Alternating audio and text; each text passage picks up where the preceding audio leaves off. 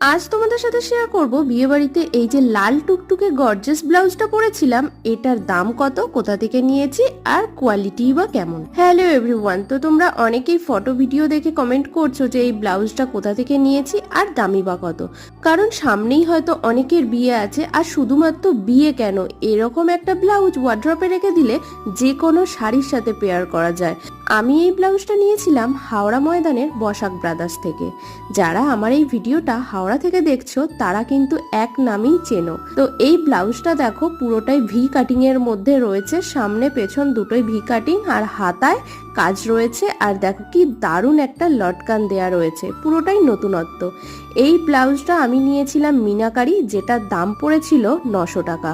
আর এই same blouse meenakari ছাড়া এমনি গোল্ডেন ওয়ার্কের রয়েছে, সেটার দাম কিন্তু 850 টাকা।